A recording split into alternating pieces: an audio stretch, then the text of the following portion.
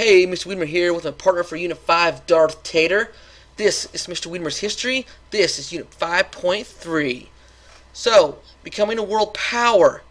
Objective, you guys be able to assess the decisions on what to do with newly acquired land after the Spanish-American War. There's Roosevelt here carrying his big stick, wielding the United States power in Latin America and also in the Philippines. Alright, so first up, the armistice left the Americans in control of the Spanish-owned Philippine Islands. There were debates on what not to do with Philippines. Should we get Philippines? Should we buy it from them? Should we just let them be? Should we, become even more imperialistic and get the Philippines or not? So Grover Cleveland and Thomas B. Reed were against getting the Philippines. Henry Cabot Lodge was for getting the Philippines. Who won? Well, Henry Cabot Lodge won out. And we ended up buying the Philippines. Right, so McKinley was a deeply religious man, and he was torn with the problem. What do we do? What do we do? So McKinley, being the imperialist he is, decides to buy the Philippines. Remember earlier when he wanted to buy Cuba before the Spanish-American War? Well, now he's going to buy the Philippines for $20 million. And December 10th, 1898. Well, the Philippines are none too happy about this. They just got rid of Spain, and now get the United States. Well, Spain also, I mentioned last time, give control of Puerto Rico, Cuba, and Guam. And as soon as the United States got there, an uprising is going to break out against the American imperialism in the Philippines. So, fighting broke out in February 1899, a few short months after the United States bought the Philippines from Spain. It took nearly 3 years to take down this revolt. Many people did not like what was happening. McKinley declared it was good for the Filipinos. It's good for them. Good for us. So us being there is a good thing. Right, Darth Tater? Right. So the president's going to send over 2 commissions to set up his new government to Americanize the Philippines. But what's going on in the Philippines was really bad. Remember how we got on Spain for violating basic human rights in Cuba? Well, pretty much we were doing the exact same thing to the Filipinos. So we were being hypocrites, and the Filipinos rebelled against us, killed a few soldiers, and so what do? Go and slaughter any Filipino over the age of 10 that we find because of this little rebellion, because they're rebelling because we're being imperialistic and trying to take over their country.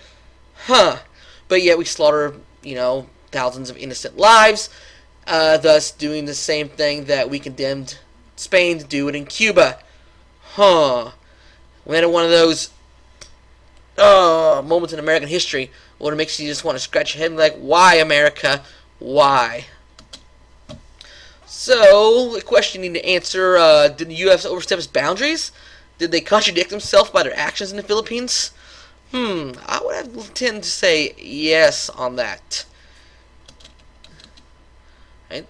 Philippines were then eventually Americanized. So we, slaughtered thousands of innocent Filipinos, and we make it Americanized. We changed street names to American names, and we set up like a governor. William Howard Taft, future president of the United States, is now going to be a governor in the Philippines, and Philippines becomes, a strong ally eventually, especially in World War II when Japan ends up taking over the Philippines, and then we have to go and try to fight Japan. And well, that's another story for another day. So he started guiding the Filipinos to self-government. And they eventually gained their independence in 1946, not without struggle and death along the way. Problems with the Oversea Empire. New question, does the Constitution follow the flag? Let's ponder that for a minute. Does the Constitution follow the flag? So if America takes over the Philippines, does the United States Constitution apply to the Philippines? If the United States take over Guam, does the Constitution apply there? That's a question for debate that we'll talk about in class. So the Supreme Court eventually decided that the Constitution did not cover overseas possessions, so it only covered the continental United States, only covered the United States of America, not our possessions. Now, if those overseas possessions eventually became states, then yeah, it would cover them. But as long as they're just occupied territories, they're not going to be covered under the Constitution. This is part of the Americanization, making stuff people like America. We did this in the Philippines here. We're being Americanization. One of the reasons why we become imperialistic is because of that. Alright, now on to Cuba. What are we going to do with Cuba? This is the reason why we're getting in the Spanish-American War. We got in the Spanish-American War because of what they did to Cuba. And so the U.S., they're going to stay in Cuba as a Republican government. We're going to nation-build Cuba. Americanization, right? One of the 7 causes of U.S. imperialism. So we're going to make sure Cuba becomes a formidable nation and ally in the region. Right? Similar to what we did in Iraq. Similar to what we did in Japan after World War II. It's called nation building. We're doing it here to Cuba. And so we're going to also establish free public health care in Cuba. You know, something that's hotly debated today in America with Obamacare. You know, free public health care, not really free, but, you know, universal health care. We gave it to Cuba. And, you know, that's a whole other debacle and a whole other debate for a different time for health care and good or bad and the ugly about it. Alright, the Platt Amendment. This states, what are we going to do with Cuba? Because remember, the Teller Amendment says, we no take over Cuba, Cuba stays independent. So the Platt Amendment comes in and says, this is what we're going to do to the newly independent Cuba. Alright, first, Cuba shall not make any treaty with any other nation that weakens its independence. No treaties. Okay, do not weaken your independence. So basically, we're going to approve all treaties that you do. So do not make treaties that weaken your independence. We just fought for your independence. Don't make a treaty to weaken it. Come on, Cuba. Second part, Cuba should allow the U.S. right to lease naval stations. Guantanamo Bay, anybody?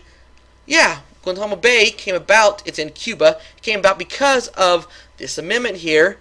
Alright, the Platt Amendment allowed us to have Guantanamo Bay in Cuba.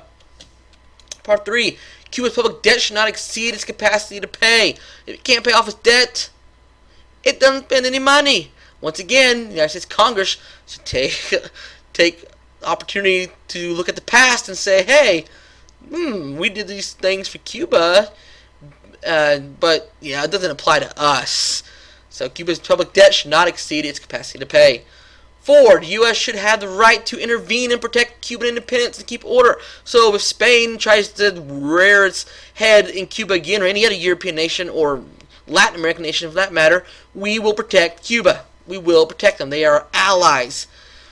Well, until Castro comes in, and then they align with the Soviet Union during the Cold War, and, well, the rest is history. And once again, another story for another time. But for the time being, Cuba and our United States, things are doing good. I said Cuba was an American protectorate. We are going to protect Cuba from the likes of Spain and any other imperialistic nation that wants to try to take over Cuba and, you know, harm American lives. Yet we going to do that in the Philippines. And I remember, So perhaps the greatest achievement, though, was, hey, we're getting rid of yellow fever in Cuba, so we're going to cure this massive disease from Cuba. There's yellow fever, red eyes, headache, bleeding, you know, fever, vomiting, jaundice of the skin. That's hence the name yellow fever, turn skin yellow. Muscle aches, you know, just not a good thing. Not a good thing. Right? But then it comes to Puerto Rico. This one we keep. And U.S. chooses to make Puerto Rico a territory. So in 1917, it was granted territorial status and people were made citizens of the United States. And this, the Constitution of the United States, does go for territories. Alright? And so Puerto Rico is, you know, there is a movement that many Puerto Ricans are wanting to make Puerto Rico the 51st state in the United States. Maybe that might happen in your lifetime. Maybe.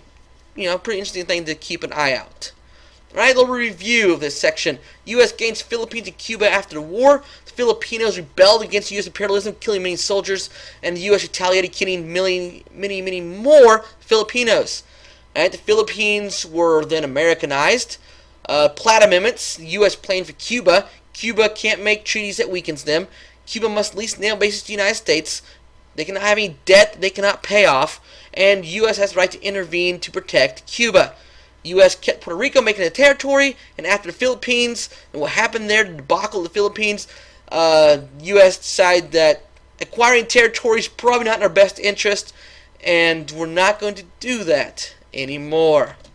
Alright, there's my review, and until next time, Mr. Wiedemer here, Darth Tater there. Study history.